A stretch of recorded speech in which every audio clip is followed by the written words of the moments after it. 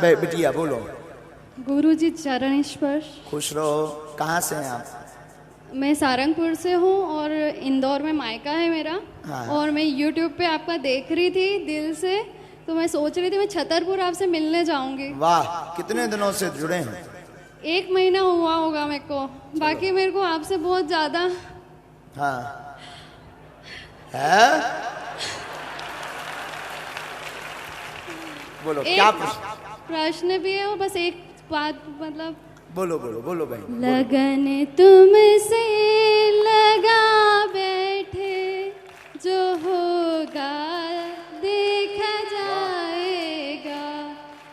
राम जी से राम राम कहियो, कहियो जी हनुमान जी। आज आपके दर्शन करके मेरे को बहुत खुशी हो रही है। चलो धन्यवाद। कोई धर्म से संबंधित जिज्ञासा? हाँ, बस ये है कि लहसुन प्याज क्यों नहीं खाना चाहिए, वो भी छोड़ दिया है मैंने। ये तो जबरदस्ती में बोला है। नहीं, सच में 4-5 दिन से छोड़ दिया। अच्छा ठीक है। नई नई भक्ति है अभी। हाँ, मगर सच्ची वाली है। नई नई भक्ति 9 दिन खींचा तानी 10 दिन। ब्राज, बहुत सुंदर प्रश्न। आपका उत्तर सुनिए। लहसुन और प्याज दोनों की उत्पत्ति राक्षस के मल से हुई है। राक्षस के मल से हुई है। मल यानी गंदगी से, इसलिए उससे दुर्गंध आती है। और हम आपसे पूछना चाहते हैं, एक बहुत सुंदर एक जने बात कहते कि एक बहुत पत्रो पहलवान है, तो पतलो मतलब ऐसे 1.5 हड्डी को हमारे जैसे। एक 1.5 हड्डी का पहलवान था, उसके सामने जो भी जाता था बड़े बड़े पहलवान चित्त हो जाते। पूछो क्यों? वो मारता भी नहीं था, पहलवानी भी नहीं जानता था, लेकिन अच्छे अच्छे पहलवान चल, क्योंकि वो कभी नहाता नहीं था। दुर्गंध इतनी आती कि अपन आदमी यहाँ गस्त आ जाता। तो दुर्गंध में इतनी ताकत है कि आदमी भाग जाता है। तो ये लहसुन प्याज राक्षस के मल से प्रकट भय। आप लहसुन प्याज खाते हैं तो दुर्गंध आती है। दुर्गंध आती है तो भगवान की कृपा या भगवान की दिव्य शक्तियां नजदीक नहीं आ पाती हैं। इसलिए सनातन में व सात्विक विधान में लहसुन प्याज वर्जित है जी। अब पुरुषों में ये आगे वाले इन भाई साहब को दे दो, तब तक राजकुमार इन बहन जी को दे दो। जी जी जी, हाँ आगे वाली बहन जी। गुरु जी कोटि कोटि प्रणाम। भैया भूरी भूरी आशीर्वाद। मैं दिल्ली से अपनी बीबी के साथ आपके कथा सुनने बीबी के साथ के बीबी के साथ? बीबी के साथ। फिर से बोलो। बीबी के साथ जी।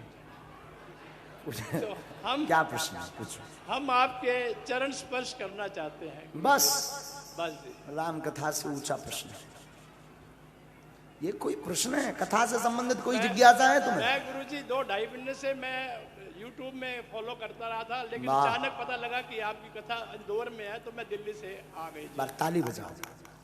सुन लो इंदौर वालों, तुम लोग आलसी यहाँ के यहाँ नहीं आ पाए, ये दिल्ली से आकर के यहाँ डेरा लगाए। हम कथा के बाद जहाँ रुके हैं वहाँ पहुँच जाना, एक बार आपको छूट दे देंगे। जी जी, कोटि कोटि प्रणाम। खुश रहो जी। कथा से संबंधित प्रश्न करना। बागेश्वर सरकार की जय हो। आपकी जय। हाँ, मैं ये पूछना चाहती हूँ पंडित जी कि अभी जो कोरोना काल आया था उसमें बहुत से लोगों की जो मृत्यु हुई है, तो उसमें मेरे ससुर भी एक्सपायर हो गए थे। तो जो क्रियाक्रम ठीक से नहीं हो पाया है, जो 13 दिन घर में पूजन पाठ जो होती है, तो वो सुख शांति नहीं हो पाई है, तो उसके लिए अपन ऐसा कौन सा उपाय करें जो अपने को ऐसा लगे कि अपने को शांति मिले और मोक्ष को प्राप्त हुए? बहुत सुंदर प्रश्न। समाज हित का, देश हित का आपने बहुत ऊंचा प्रश्न पूछा। क्या नाम है बहन आपका? मेरा नाम रानी उपाध्याय। कहाँ से हैं? मैं इंदौर से हूँ पंडित जी। एक बार ताली बजाओ, बहुत बड़ा प्रश्न किया।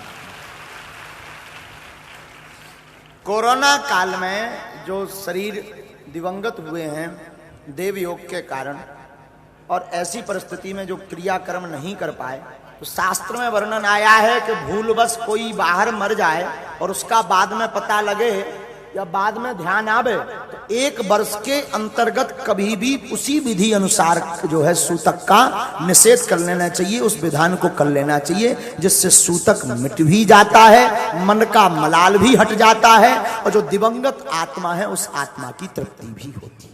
बहुत अच्छा लगा, क्योंकि ये क्वेश्चन मेरे हस्बैंड ने बोला था कि आज जरूर पूछ के आना। बहुत सुंदर प्रश्न, ये आप जवाब उनको भेज दीजिएगा, इनको कुर्ता वालों को दे दीजिए। हेलो। हाँ हेलो। महाराज जी, हाँ जी। आपके चरणों में समस्त बुंदेलखंड वासियों का चरण स्पर्श और मेरा चरण स्पर्श।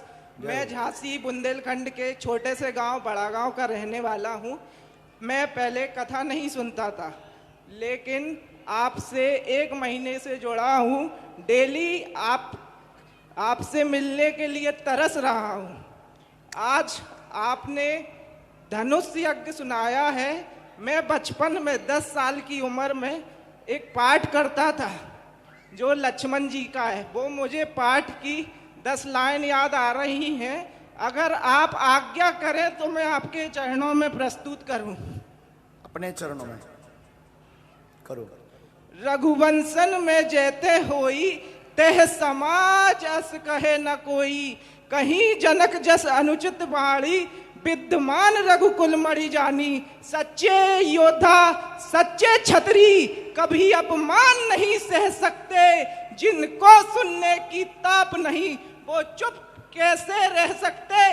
रघुवंशी वीरों के होते ऐसा भी सदा कहे कोई, जैसी उल्टी सीधी बाड़ी मिथिलाधिराज ने आज कही। रघुवीर रामचंद्र जी के होते अनुचित बाड़ी क्या डाली है, यह सब हृदय में चुपते हैं, पृथ्वी वीरों से खाली है। मेरा तो स्वभाव ऐसा है, तौहीन ने मुझे गवाया है कृपा गुरु के चरणों की, बल और प्रताप तुम्हारा है। वाह। जल को थल कर दूं, थल को जल कर दूं, तोड़ ले आऊं चांद सितारों को, मैं की तरह पीस पास डालूं पृथ्वी और पहाड़ों को। मेरा तो स्वभाव ही ऐसा है, तौहीन ने मुझे गवाया है कृपा गुरु के चरणों की, बल और प्रताप तुम्हारा है। सुनऊ राम रघुवंश मणि रघुनंदन रघुवीर, इन अपमानों ने किया मुझको आधीर।